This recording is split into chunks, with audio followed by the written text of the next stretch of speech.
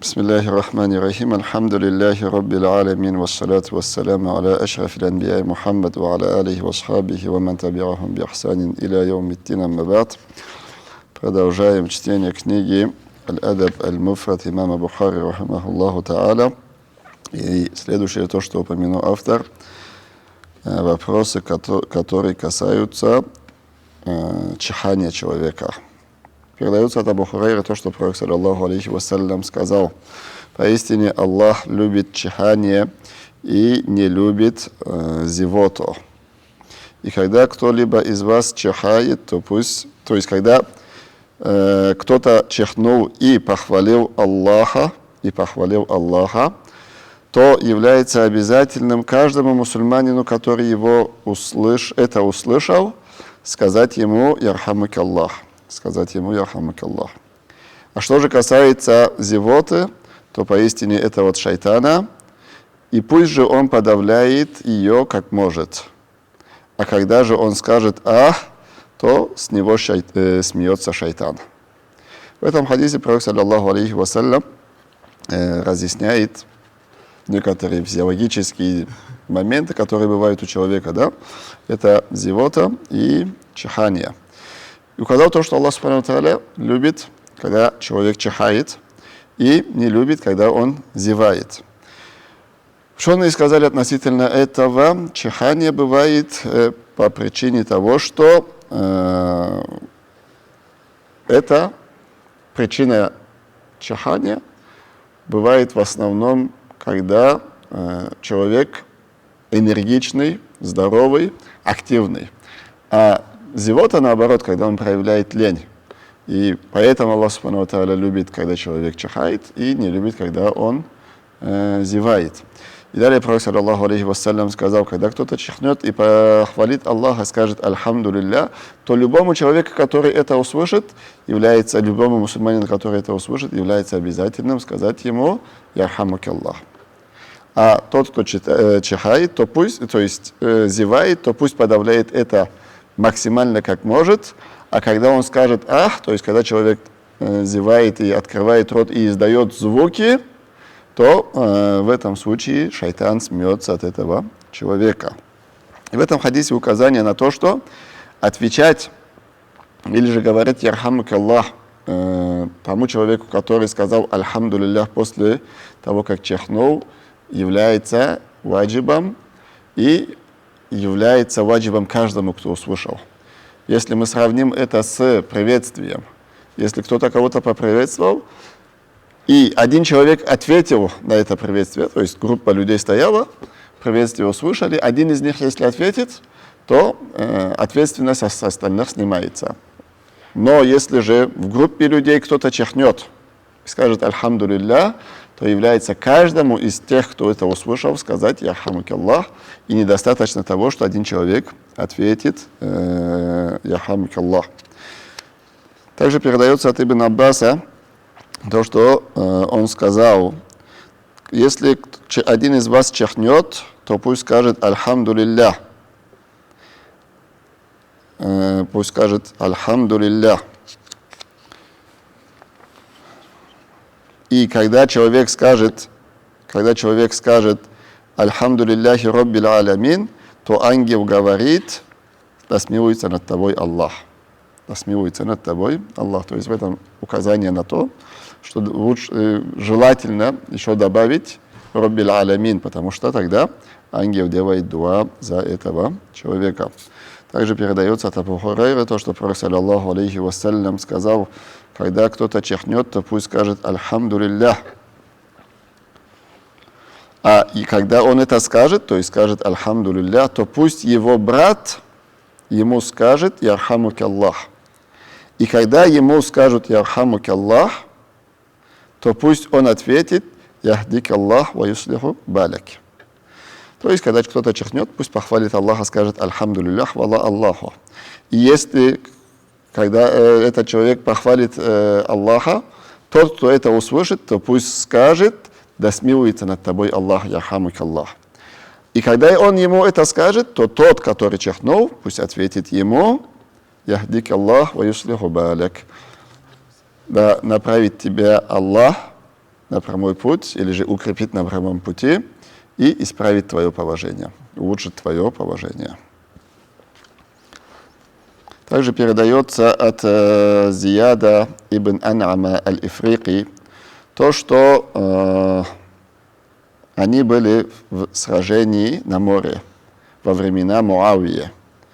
И к ним присоединился корабль, на котором был Абу Аюб аль-Ансари. И когда настало время еды, мы отправили к нему людей, чтобы позвать его покушать вместе с нами. И он ответил: вы позвали меня в то время, когда я был постящимся. Но однако я должен был ответить на ваше приглашение, поэтому я пришел. И далее Абу Аюб продолжил и сказал: поистине я слышал пророка, саллаллаху алейхи вассалям, который сказал: у мусульманина перед его братом есть 6 обязательных вещей. Если он оставит что-либо из этих обязанностей, то он оставит свою обязанность перед своим братом. И он перечислил эти 6 обязанностей. Поприветствовать его, когда он встречает его. Ответить на приглашение, когда он его приглашает. Сказать ему «Ярхамук Аллах», когда тот чихает. Навестить его, когда он болеет. Посетить его заупокойную молитву, когда он умрет. И сделать ему наставление, если он просит у него какого-либо совета или же наставления. Вот эти обязанности, которые упомянул Абу Аюб аль-Ансари от пророка, саллаллаху алейхи вассалям. Когда он встречает своего брата, поприветствовать его. Когда он чихает и говорит «Альхамдулилля», сказать ему «Ярхамук Аллах». Когда он приглашает, ответить на его приглашение. Когда он болеет, посетить его, навестить его. Когда умирает, посетить его за упокойную молитву. И когда он просит у него какое-либо наставление или же совет, то дать ему это наставление или же этот совет. Также передается от Ибн Масуда то, что пророк, саллаллаху алейхи вассалям, сказал 4 вещи, которые мусульманин обязан делать перед другим мусульманином. Посещать его, когда он болеет, совершать за него упокойную молитву, когда тот умирает, отвечать на его приглашение, когда он приглашает, и также желать ему блага, когда он чихает. Желать ему блага, когда он чихает. То есть в этой версии хадиса, то есть в этом хадисе, пророк, саллаллаху алейхи вассалям, упомянул 4 вещи из ранее упомянутых 7 вещей. Также передается от Бара ибн Азиба то, что он сказал: посланник Аллаха, саллаллаху алейхи вассалям, повелел нам 7 вещей и запретил нам 7 вещей. Он повелел нам посещать больных, посещать заупокойные молитвы, желать блага тому, кто чихнет, помогать выполнить обещание тому, кто обещал, помогать притесненным, распространять приветствие, отвечать на приглашение. И далее он сказал, и пророк, саллаллаху алейхи вассалям, запретил нам кольца из золота, посуду из серебра. Также он запретил нам подушки, в которых есть что-то из шелка. Также далее он упомянул несколько разновидностей шелка. Мягкий шелк, жесткий шелк в виде парчи и другие разновидности шелка. То есть в этом хадисе опять-таки указание на обязанность мусульманина перед другим мусульманином. И из этого в том числе желать ему блага, когда тот чихает. Также передается от Абу Хурайры то, что пророк, саллаллаху алейхи вассалям, сказал: обязанность мусульманина перед мусульманином 6 обязанностей у него есть. Когда спросили его, а какие же это, пророк, саллаллаху алейхи вассалям, сказал: когда встречает его, поприветствовать, когда тот зовет его, то отвечать на приглашение, когда он просит у него совета, дать ему совет, когда тот чихает и хвалит Аллаха, то желать ему блага, то есть сказать «Ярхамук Аллах», когда болеет, навестить его, а когда умирает, посетить его за упокойную молитву.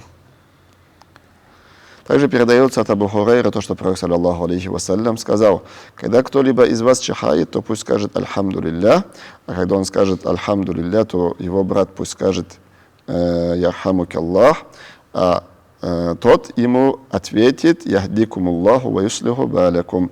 То есть это подобно тому хадису, который мы уже упомянули, как идет диалог после чихания. Когда человек чихает, он должен сказать «Альхамду лилля». И «Альхамду лилля» настолько важно произнести это слово «Хвала Аллаху» после чихания, что это даже, сказали, нужно говорить в молитве. Даже нужно говорить во время молитвы. Если чихнул человек во время молитвы, он должен сказать «Альхамду лилля». Если ему кто-то сказал «Ярхамук Аллах», он во время молитвы не отвечает «Яхдик Аллаху ва юслиху баляк». Но однако именно «Альхамду лилля» он во время молитвы произносит. Также передается от Абу Хурайры то, что он сказал: мы сидели рядом с пророком, саллаллаху алейхи вассалям, и один человек чихнул и сказал «Альхамду лилля». Пророк, саллаллаху алейхи вассалям, сказал ему «Ярхамук Аллах». Затем другой человек чихнул и не сказал ничего. И тогда он сказал, этот человек, который чихнул и не сказал ничего: «О посланник Аллаха, ты сказал тому человеку, когда тот чихнул, Ярхамук Аллах, а когда же я чихнул, ты мне ничего не сказал». На что пророк, саллаллаху алейхи вассалям, сказал: поистине тот похвалил Аллаха, а ты замолчал. А ты замолчал. То есть имеется в виду, он похвалил Аллаха, я ему сказал Ярхамук Аллах, а ты замолчал, и я тебе ничего не сказал. Также передается от Анаса то, что два человека чихнули рядом с пророком, саллаллаху алейхи вассалям. Один из них сказал, и одному из них пророк, саллаллаху алейхи вассалям, сказал «Ярхамук Аллах», другому не сказал. Когда его об этом спросили, он сказал: поистине этот воздал хвалу Аллаху, а второй не сделал этого. То есть, если человек после того, как чихнет, не говорит «Альхамду лилля», то в этом случае ему благо не желается, ему не говорится «Ярхамука Аллах». Также передается от Абу Хурайры то, что двое около пророка, саллаллаху алейхи вассалям, чихнули. И чихнул человек, который был знатный и не похвалил Аллаха субхану ва тааля, и пророк, саллаллаху алейхи вассалям, ему ничего не сказал. Затем чихнул другой человек, который не был таким знатным, и пророк, саллаллаху алейхи вассалям, сказал ему «Ярхамук Аллах». И этот знатный человек спросил его: я чихнул рядом с тобой, и ты мне не сказал «Ярхамук Аллах». Однако, когда этот чихнул, ты сказал ему «Ярхамук Аллах», на что пророк, саллаллаху алейхи вассалям, сказал: он упомянул Аллаха, и я упомянул его. Ты забыл об Аллахе, я забыл тебя.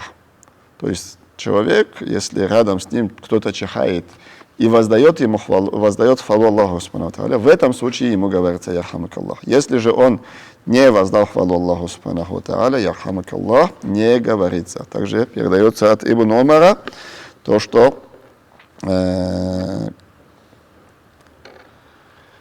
когда он чихал и ему говорили «Ярхамук Аллах», он отвечал «Ярхамуна ва иякум, ва ярфиру ляна ва лякум».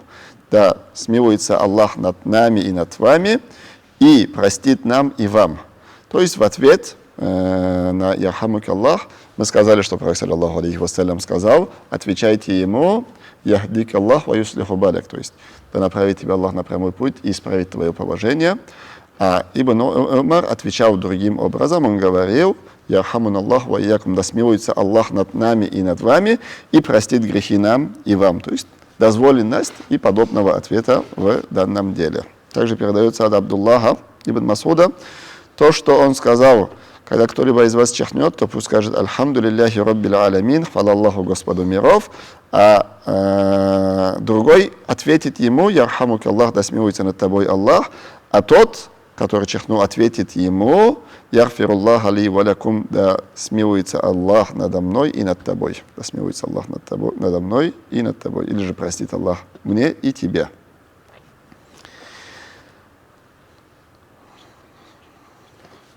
Также передается от Макхуля аль-Аздия то, что он был рядом с Ибн Омаром, когда кто-то чихнул в мечети.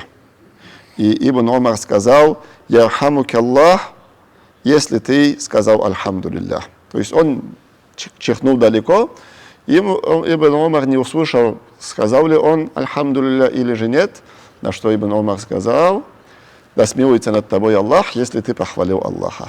Если ты похвалил Аллаха. Также то, что упоминает автор далее, если человек часто чихает. То есть человек подряд несколько раз чихает, как в этом случае нужно поступать. Передается от Саляма то, что он был рядом с пророком, саллаллаху алейхи вассалям, и человек рядом с ним чихнул, и пророк, саллаллаху алейхи вассалям, сказал ему: «Да смилуется над тобой Аллах». Затем он чихнул второй раз, и пророк, саллаллаху алейхи вассалям, сказал: у него простуда. У него простуда, то есть этот человек уже болеет. Также передается от Абу Хурейра то, что он сказал: «Желай чихнувшему блага один раз, два раза, три раза, а то, что будет больше этого, то это болезнь». То есть человек, если по причине болезни несколько раз чихает, то не обязательно после каждого его чихания говорить «Ярхамук Аллах». Далее передается от Абу Мусы то, что иудеи чихали рядом с пророком, саллаллаху алейхи вассалям, желая, что он скажет им: «Да смилуется над вами Аллах». Однако пророк, саллаллаху алейхи вассалям, говорил: «Да наставит Аллах вас на прямой путь и исправит ваше положение». То есть в этом хадисе указание, что нужно говорить, если рядом с ним человек чихнул, не мусульманин. Ему не говорится: «Да смилуется над ним Аллах», а говорится: «Да направит Аллах тебя на прямой путь и исправит твое положение». Яхдикум Аллаху ва юслиху балякум.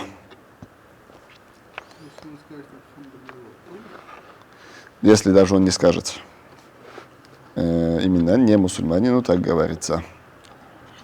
Это обязательно? Также передается от Абу Бурда то, что он зашел к Абу Муса. К Абу Муса в то время, когда он был в доме Фадль. Фадль. И Абу Бурда чихнул и не похвалил Аллаха. Фадль чихнула, и Абу Бурда сказал ей: «Да смилуется над тобой Аллах». Затем Абу Бурда вернулся к своей матери.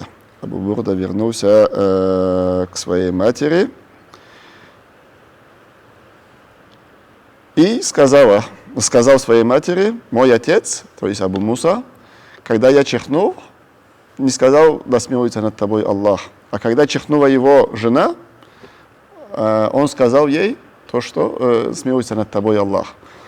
То есть ситуация идет так. Абу Бурда — это сын Абу Мусы. И он был одной из своих жен. Когда пришел его сын от другой жены к нему в гости. И он чихнул там. Там он чихнул, Абу Муса ему ничего не сказал. А когда же его жена чихнула, Абу Муса сказал ей: «Да смилуется над тобой Аллах». Этот его сын вернулся к своей матери, к второй жене Абу Мусы, и, можно сказать, пожаловался или же сказал: «Да, когда я чихнул, отец мне ничего не сказал, когда же его жена чихнула, то он сказал ей: да смилуется над тобой Аллах». Здесь ревность сыграла.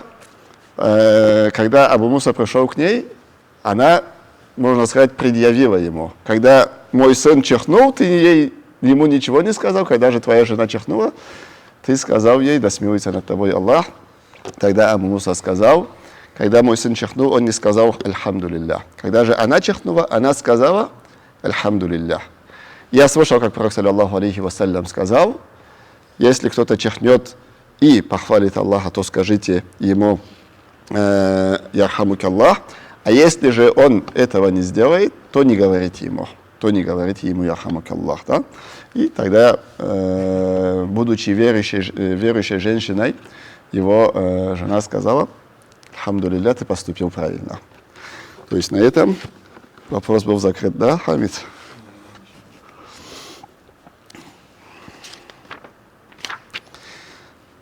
Так, еще продолжим. Здесь недолго осталось, иншаллах. Передается от Абу Хурайры то, что Пророк саллаллаху алейхи вассалям сказал: когда кто-либо из вас зевает, то пусть подавляет это так, как он может.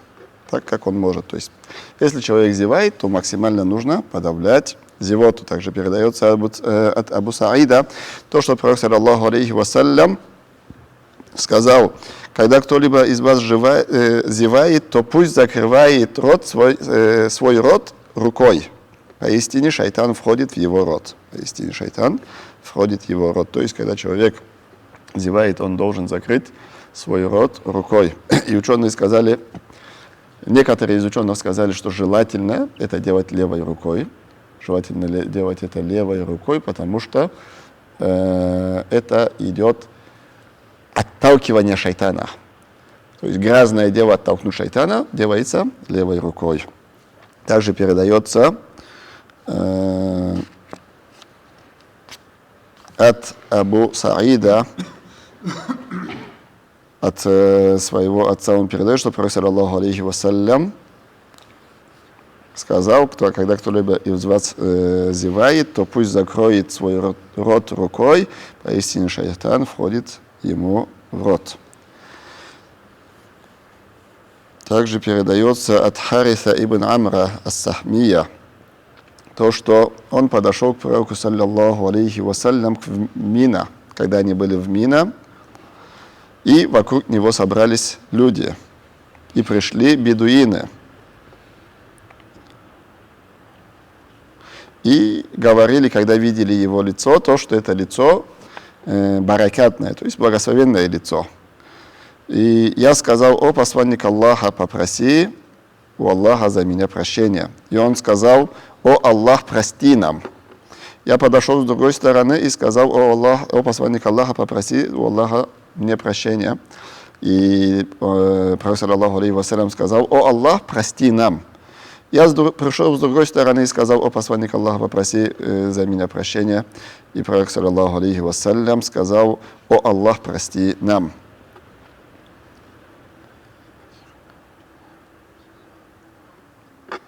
И Пророк саллаллаху алейхи вассалям затем плюнул себе на руку и вытер этот плевок себе на подошву или же на свою сандалию, не желая, чтобы этот плевок попал в кого-либо. То есть он был среди людей, так они плотно сидели, что он не мог плюнуть на землю, и поэтому Пророк саллаллаху алейхи вассалям был вынужден плюнуть себе на руку, а затем вытер свою руку на свои сандалии, чтобы его плевок не попал в кого-либо.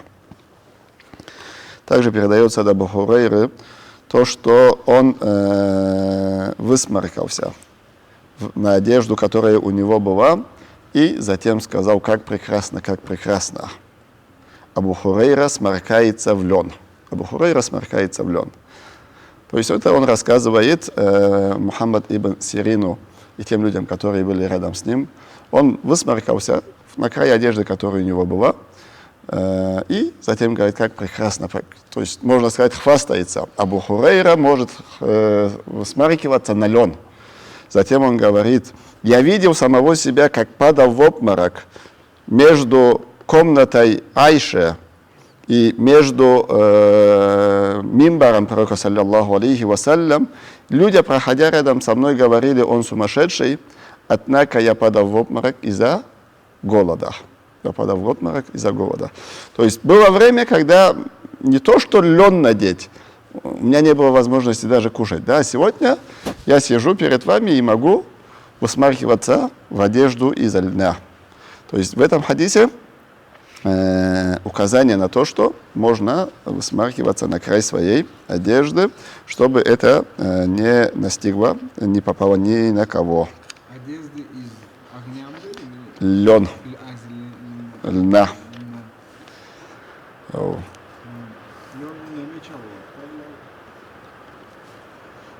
То, что очень плохо гладится. Его можно даже не гладить. Кидушек, бред, наверное, То есть в этом хадисе указание на то, как нужно себя вести, когда человек сидит среди людей, да, то есть не высмаркивается перед ними прямо на них и так далее, так чтобы это не задело их, не коснулось их, а старается это делать максимально, чтобы никому не навредить. Иншаллах, сегодня на этом остановимся. Это некоторые адабы отношений людей между собой. Субханак Аллахума бихамдика, ашхаду ан ла иляха илля анта, астагфирука ва атубу илейк.